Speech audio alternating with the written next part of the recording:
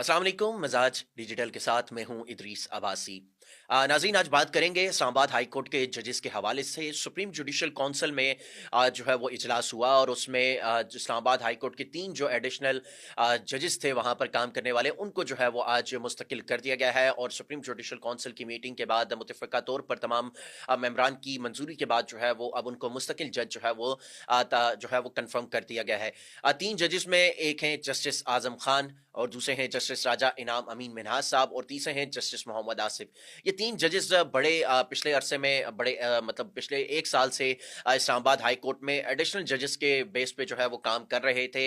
अगर बात करें हम एक-एक जज की, तो जस्टिस आज़म खान जो है वो इस्लामाबाद कचहरी के सेशन जज में बतौर जो है वो 1 साल कबल जो है वो काम कर रहे थे। और उसके बाद जब इस्लामाबाद हाई कोर्ट में जजेस की तैनाती का जो है वो अमल हुआ, तो उसमें इनको बतौर एडिशनल जो है वो जज यहाँ पर इस्लामाबाद हाई कोर्ट के जस्टिस के तौर पे तैनात जो है वो किया गया। और उसके बाद इन्होंने रवां साल मुख्तलिफ केसेस जो है वो सुने, और फिर उसके बाद मुख्तलिफ बेंचेस का भी ये हिस्सा जो रहे हैं, और मुख्तलिफ फैसलों में भी जो है वो ये शामिल जो है वो रहे हैं। और मौजूदा जो चीफ जस्टिस सरफराज डोगर हैं, उनके साथ भी ये बेंच में जो है वो शामिल रहे जस्टिस आजम खान। उसके अलावा अगर हम बात करें जस्टिस राजा इनाम अमीन मिन्हाज साहब की, तो वो भी जो है वो इससे कबल जो है वो रिटायर्ड थे, और वो बतौर वकील जो है वो काम कर रहे थे। और उनकी फिर एकदम से नाम जो है वो सामने आता है, वो बतौर एडिशनल जज जो है वो high court Islamabad high court के वो तैनात होते हैं, और 1 साल से वो एडिशनल जज के तौर पे काम करते हैं। और आज उनको जो है वो मुस्तकिल कर दिया गया है। अगर राजा इनाम अमीन मिन्हाज साहब के हवाले से बात करें, तो